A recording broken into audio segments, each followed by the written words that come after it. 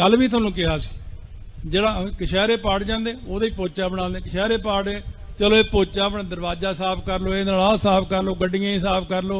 वो इदा ना करो।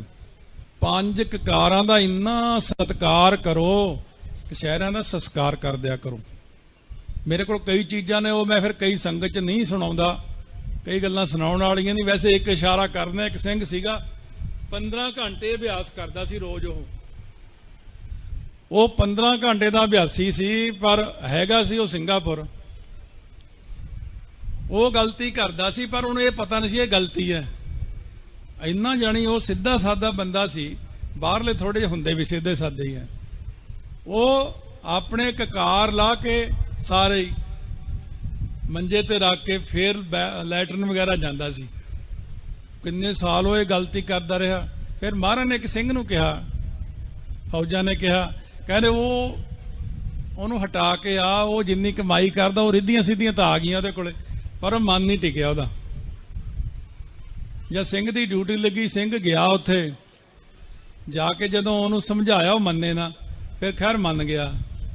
कहना मैं चाहुंदा भी ककारां नूं मैं लैटरन विच भी लैके नहीं जाना नाल। मेरे पिता जी दे ककार बख्शे हुए इन्ने सत्कारवाज। ਉਹਦੀ ਸਿੰਘਣੀ ਕਹਿੰਦੀ ਪਤਾ ਨਹੀਂ ਕਿੱਥੋਂ ਪੈਸਾ ਆਉਂਦਾ, ਪਤਾ ਨਹੀਂ ਕੀ ਕਿੱਥੋਂ ਆਉਂਦਾ। ਕਹਿੰਦੀ ਘਰ ਦੇ ਵਿੱਚ ਇੰਨਾ ਬਖਸ਼ਿਸ਼ ਹੈ। ਜਦੋਂ ਉਹ ਸਿੰਘ ਨੂੰ ਕਕਾਰ ਅਰਦਾਸ ਕਰਕੇ ਪਹਿਨਾ ਤੇ ਵੀ ਲੈ ਵੀ ਸਿੰਘਾ ਬੇਅਦਬੀ ਨਹੀਂ ਕਰਨੀ, ਇਦਾਂ ਬੇਅਦਬੀ ਆ ਸਮਕਾ ਤੂੰ ਬੇਅਦਬੀ ਕਰਦਾ। 4 ਦਿਨ ਦੇ ਵਿੱਚ ਜਿੱਥੇ ਉਹ ਜਾਣਾ ਚਾਹੁੰਦਾ ਸੀ ਅਵਸਥਾ 'ਚ ਉੱਥੇ ਚਲਾ ਗਿਆ। ਕਹਿੰਦਾ ਜੀ ਹੁਣ ਮੈਨੂੰ ਪਤਾ ਲੱਗਿਆ ਸਿੰਘ ਤਾਂ ਇਹੋ ਜਿਹੇ ਬੈਠੇ ਨੇ, कड़े आ घर च रुलते हैं, किरपाना वो रुलदियां ने, किते कोई शस्त्र वो रुलदा है, किते कशहरे थोड़े रुलते रहंदे ने। जे पीला पटका हुण देखा भी काम दा नहीं, चलो जी ये ना साफ करना। पीला ते नीला रंग। एक बार एक सिंह सी, उन्हें नीले रंग का तौलिया लियांदा। जदों मैं उन्हें मिलण गया, कहंदा ज्ञानी जी तौलिया तुसीं लै जाओ, नीला नवां ही लियांदा। मैं कहा की होया? कहना मैनू बहुत झिड़कां पईयां। मैं की किहड़ी गल्लों झिड़कां पै गईयां तौलीए नवें तो? कहना फौजां कहदियां ओए साडा नीला बाणा है, ये नीला रंग साडा है, तू हुण थां किथां मलेगा? नीले रंग की बेअदबी करेगा तू? कई आ जिहड़ा निशान साहब का चोला ये भी साडा रंग है साध संगत। इस करके जिहड़े चारे रंग खालसे नूं बख्शिश कीते ने, इन्हां दे विच हमेशा सत्कार ककारां दा सत्कार रखना।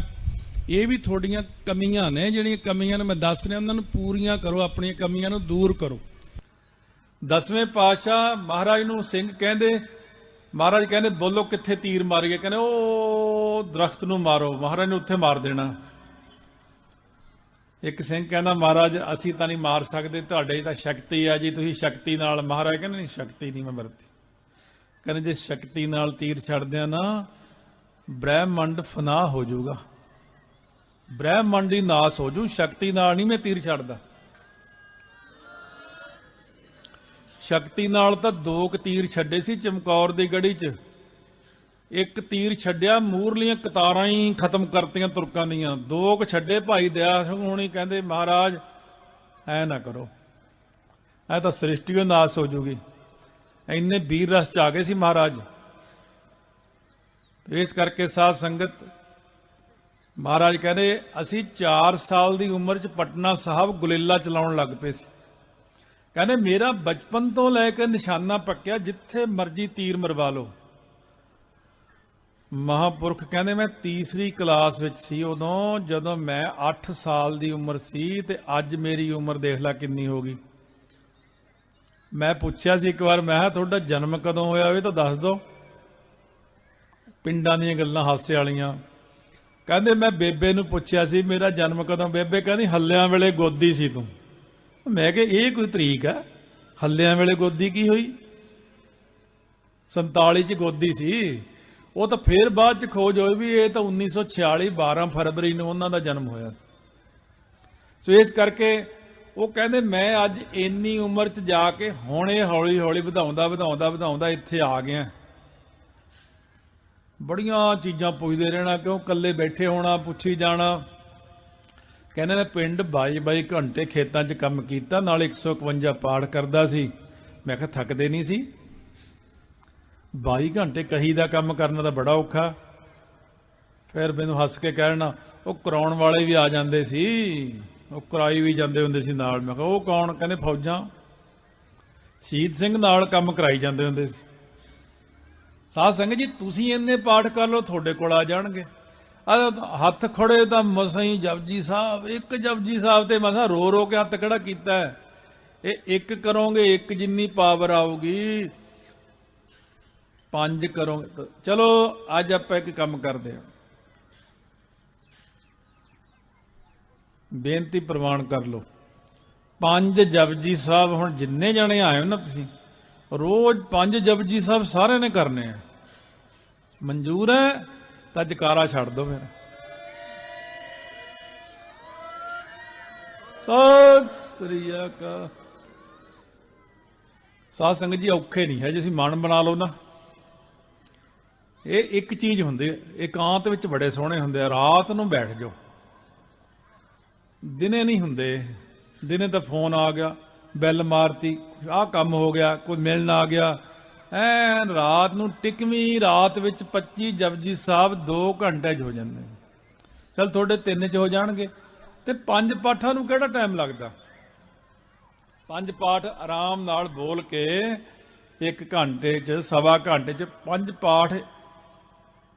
ਇਹ ਨਹੀਂ ਕਈ ਲੋਕ ਕਰਨਗੇ, ਜੇ 10 ਕੁ ਦਿਨਾਂ ਨੂੰ ਮਿਲ ਪਿਆ ਤੁਹਾਡੇ 'ਚ ਕੋਈ, ਉਹ ਗੱਲ ਜੀ ਨਹੀਂ ਬਣੀ। ਉਹ ਨਹੀਂ, ਗੱਲ ਨਹੀਂ ਬਣਨੀ ਇੱਦਾਂ। ਪਿੰਡ ਵਾਲਿਆਂ ਨੂੰ ਮੈਂ ਸਮਝਾਉਣਾ ਹੁੰਦਾ, ਆਹ ਕਣਕ ਹੁਣ ਇੰਨੀ ਇੰਨੀ ਦਿਖਦੀ ਆ ਨਾ ਤੁਹਾਨੂੰ, ਇਹ ਕਦੋਂ ਬੀਜੀ ਸੀ? ਕਹਿੰਦੇ ਇਹਨੂੰ ਤਾਂ ਇੰਨੇ ਮਹੀਨੇ ਹੋ ਗਏ।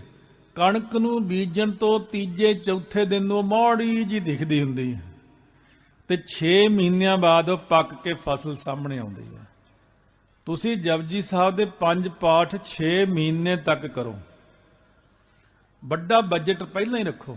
ਜਿਨ੍ਹਾਂ ਨੇ, ਇੱਕ ਬੰਦਾ ਕੱਲ ਮੈਨੂੰ ਫੋਨ ਕਰਕੇ ਕਹਿੰਦਾ, ਇਹ ਜੀ ਬ੍ਰਹਮ ਗਿਆਨ ਜੇ ਲੈਣਾ ਹੋਵੇ। ਮੈਂ ਕਿਹਾ ਬਾਬਾ ਬਸ ਕਰ, ਛੋਟਾ ਮੂੰਹ ਬੜੀ ਬਾਤ, ਤੂੰ ਬ੍ਰਹਮ ਗਿਆਨ ਬਸ ਕਰ ਹੁਣ।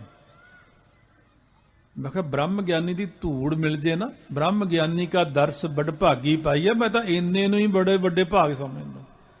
ਸਾਧ ਸੰਗਤ, ਬ੍ਰਹਮ ਗਿਆਨੀ ਬਣਨਾ, ਲੋਕੀ ਹਰੇਕ ਨੂੰ ਹੀ ਲਿਖ ਦਿੰਦੇ ਆ, ਇਹ ਬ੍ਰਹਮ ਪੂਰਨ, ਅੱਜ ਹੋਰ ਅੱਖਰ ਲਾਤਾ, ਪੂਰਨ ਬ੍ਰਹਮ ਗਿਆਨੀ। ਜਿਹੜਾ ਲਿਖਣ ਵਾਲਾ ਉਹਨੂੰ ਪੁੱਛੇ ਵੀ ਇਹ ਪੂਰਨ ਬ੍ਰਹਮ ਗਿਆਨੀ ਤੈਨੂੰ ਕਿਵੇਂ ਪਤਾ ਲੱਗਿਆ? ਬ੍ਰਹਮ ਗਿਆਨੀ ਕੀ ਗਤ ਬ੍ਰਹਮ ਗਿਆਨੀ ਜਾਣਦਾ। ਇਹ ਤਾਂ ਬ੍ਰਹਮ ਗਿਆਨੀ ਨੂੰ ਹੀ ਪਤਾ ਕਿ ਇਹ ਬ੍ਰਹਮ ਗਿਆਨੀ ਹੈ, ਦੂਜਾ ਤਾਂ ਪਛਾਣ ਹੀ ਨਹੀਂ ਸਕਦਾ ਕਿ ਇਹ ਬ੍ਰਹਮ ਗਿਆਨੀ ਹੈ। ਮੈਂ ਹੰਸਾਲੀ ਵਾਲੇ ਮਹਾਂਪੁਰਖ ਸੱਚਖੰਡ ਵਾਸੀ, ਉਹਨਾਂ ਦੀ ਸੰਗਤ ਬੜੇ ਸਾਲ ਕੀਤੀ। 1987 ਤੋਂ ਲੈ ਕੇ ਮੈਂ ਉਹਨਾਂ ਕੋਲ ਜਾ ਰਿਹਾ। ਬਾਬਾ ਹਰਨਾਮ ਸਿੰਘ ਜੀ ਰਾਮਪੁਰ ਖੇੜੇ ਵਾਲਿਆਂ ਨੇ 9 ਸਾਲ ਸੰਗਤ ਕੀਤੀ ਹੈ।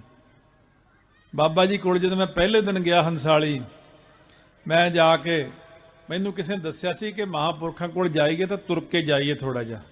ਪਟਿਆਲਿਓਂ ਮੈਂ ਇੱਕ ਦਸਤਾਰ ਲਈ, F74 ਮਲਮਲ ਬੰਨ੍ਹਦੇ ਸੀ ਉਹ, 5 ਕਿਲੋਮੀਟਰ ਮੈਂ ਤੁਰ ਕੇ ਗਿਆ। ਫਿਰ ਗੱਡੀ 'ਚ ਬੈਠੇ, ਫਿਰ ਹੰਸਾਲੀ ਤੋਂ 1 ਕਿਲੋਮੀਟਰ ਉੱਤਰ ਕੇ ਫਿਰ ਤੁਰ ਕੇ ਗਏ। ਮੇਰੇ ਜਾਂਦਿਆਂ ਨੂੰ ਬਾਬਾ ਜੀ ਨੇ ਕਿਤੇ ਜਾਣਾ ਸੀ, ਤਿਆਰ ਬੈਠੇ ਸੀ ਸੋਟਾ ਲੈ ਕੇ, ਦੇਖੀ ਜਾਣ ਬਾਰ-ਬਾਰ।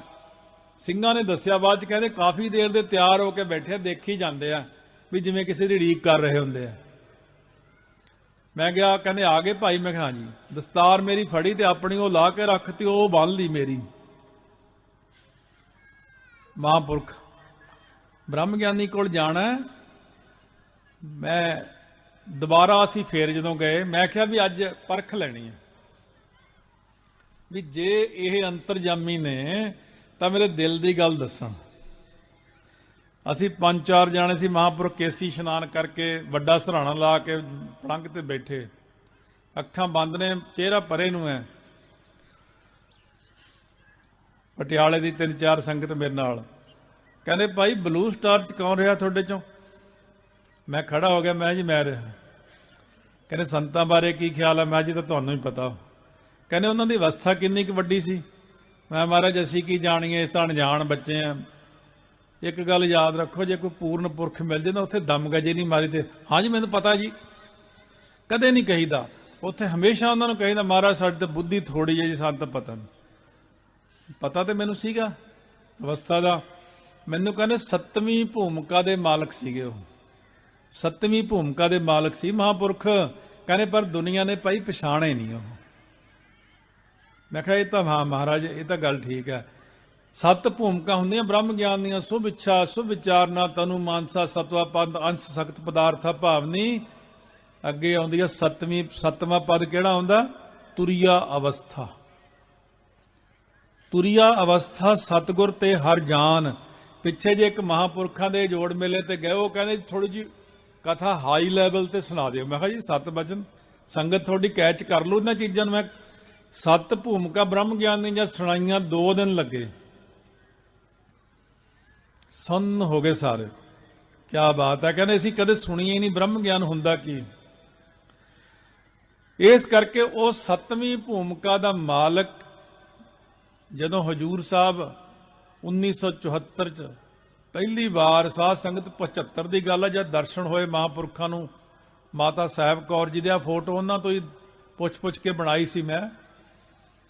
ਕਲਗੀਧਰ ਮਹਾਰਾਜ ਨਾਲ ਬਚਨ ਵੀ ਹੋਏ ਸੀ। ਸਾਨੂੰ ਨਹੀਂ ਰਾਤ ਨੂੰ ਪਤਾ ਲੱਗੇ ਤਾਂ ਸੌਂ ਗਏ ਸੀ। ਸਵੇਰੇ ਮੈਂ 3 ਮਹੀਨਿਆਂ ਬਾਅਦ ਮੈਨੂੰ ਦੱਸਿਆ ਵੀ ਦਰਸ਼ਨ ਹੋਏ ਸੀ। ਮੈਂ ਕਿਹਾ ਤੁਸੀਂ ਕੀ ਮੰਗਿਆ ਮਹਾਰਾਜ ਤੋਂ? ਕਹਿੰਦੇ ਮੈਂ ਤੁਹਾਨੂੰ ਕਿਸੇ ਨੂੰ ਦਰਸ਼ਨ ਹੋਣਗੇ ਨਾ, ਤੁਸੀਂ ਦੁਨਿਆਵੀ ਲੋਕ ਹੋ, ਤੁਸੀਂ ਗ੍ਰਸਤੀ ਹੋ, ਤੁਸੀਂ ਮਹਾਰਾਜ ਤੋਂ ਦੁਨਿਆਵੀ ਉਹ ਗੱਲਾਂ ਮੰਗੋਗੇ। ਮਹਾਰਾਜ ਪੈਸਿਆਂ ਦਾ ਬੜਾ ਔਖਾ, ਤੁਹਾਡਾ ਪਹਿਲਾ ਹੀ ਪ੍ਰਸ਼ਨ ਇਹ ਹੋਣਾ। ਨਿਆਣੇ ਨਹੀਂ ਆਖੇ ਲੱਗਦੇ, ਉਹ ਨਹੀਂ ਹੁੰਦਾ, ਨਹੀਂ ਹੁੰਦਾ। ਸੰਤਾਂ ਨੇ ਕੀ ਮੰਗਿਆ? ਸੰਤ ਜਰਨੈਲ ਸਿੰਘ ਨੇ ਕੀ ਮੰਗਿਆ 10ਵੇਂ ਪਾਤਸ਼ਾਹ ਤੋਂ? ਕਹਿੰਦੇ ਮਹਾਰਾਜ ਨੂੰ ਕਹਿਣ ਲੱਗੇ ਮੈਨੂੰ ਅਬਿਨਾਸੀ ਦਰਸ਼ਨਾਂ ਦੀ ਦਾਤ ਬਖਸ਼ੋ।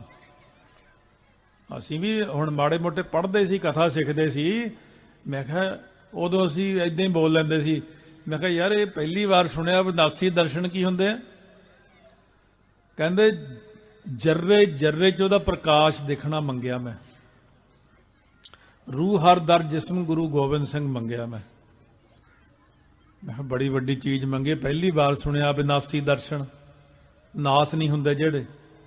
1980 ਚ ਤੁਸੀਂ ਕਲੇਰਾਂ ਤੋਂ ਆਏ, ਕਲੇਰੀ ਮਹਾਂਪੁਰਖਾਂ ਦੇ ਸਥਾਨ ਤੇ ਗਏ, ਬੱਸ ਦੇ ਵਿੱਚ ਬੈਠਿਆਂ ਸਾਰੇ ਸਿੰਘਾਂ ਨੂੰ ਪਿੱਛੇ ਭੇਜਤਾ। ਮੈਨੂੰ ਕਹਿੰਦੇ ਗੱਲ ਕਰਨੀ ਤੇਰੇ ਨਾਲ। ਮੈਂ ਕਿਹਾ ਦੱਸੋ। ਕੰਨ 'ਚ ਮੇਰੇ ਕਹਿੰਦੇ ਉਹ ਅਵਸਥਾ ਮਿਲ ਗਈ ਆ। ਮੈਂ ਕਿਹਾ ਵਧਾਈਆਂ।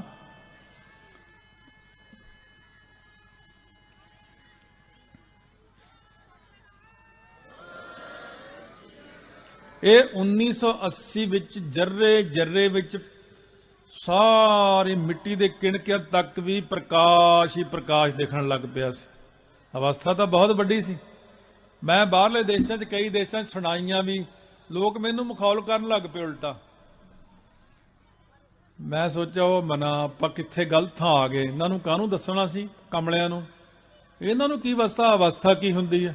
ਇਹ ਬੰਦਗੀ ਵਾਲਿਆਂ ਨੂੰ ਦੱਸੀ ਦੀਆਂ ਚੀਜ਼ਾਂ।